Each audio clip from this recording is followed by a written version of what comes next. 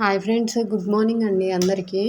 ఈరోజు మీకు మా మల్లెపూల చెట్లు అయితే చూపిస్తున్నానండి. చూడండి, ఇందులో మొత్తం 2 రకాలు అయితే ఉన్నాయండి. ఒకటేమో గుండు మల్లి, ఇంకొకటి తీగ మల్లి. గుండు మల్లి అనేది ఏంటంటే మనకి పొదలా ఉంటుంది, ఎక్కువ హైట్ పెరగదు. ఈ తీగ మల్లి అయితే మాత్రం దీని కొమ్మలు వెళ్తానే ఉంటాయి. మనం పందిరి కూడా వేసుకోవచ్చు, లేదంటే మీరు డాబా దగ్గరన్న పెట్టుకొని పైకి పాకించుకోవచ్చు.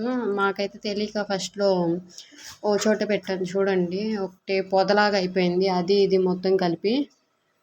మొన్న ఏంటంటే ఆకులన్నీ గిల్లేసాం అనమాట, కాస్త బాగా వచ్చిద్దని చెప్పి. ఇంక బాగా వచ్చేసేసింది. ఒక 2 monthsలోనే ఇన్ని ఆకులు అయితే వచ్చినాయి దీనికి. మల్లెపూలు చూడండి కోస్తున్నాను ఇప్పుడు.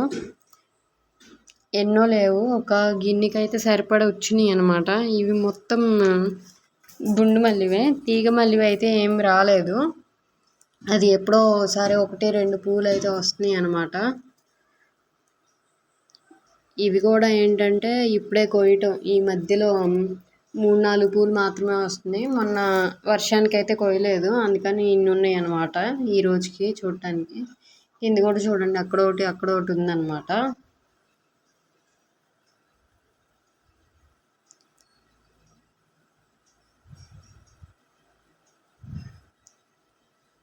ఇంకా మొగ్గలు ఉన్నాయండి, పూలు అయితే కోసాను చూడండి.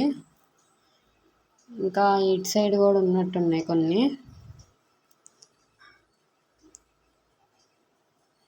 చూడండి, ఇక్కడ ఒక 3 పూలు ఉన్నాయి అన్నమాట.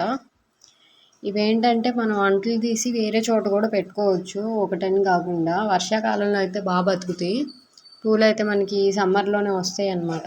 ఈ మధ్యలో మందార చెట్టు కూడా ఉంది, ఇది కూడా ఎప్పుడో పెట్టాము, 7 years అయింది. ఒంట్రెక్క మందారం, రెడ్ కలరు. ఈ మల్లెపూలు అయితే చూడండి, ఇంకో కొమ్మలు ఎక్కడ పెట్టాము, ఇదొకటి.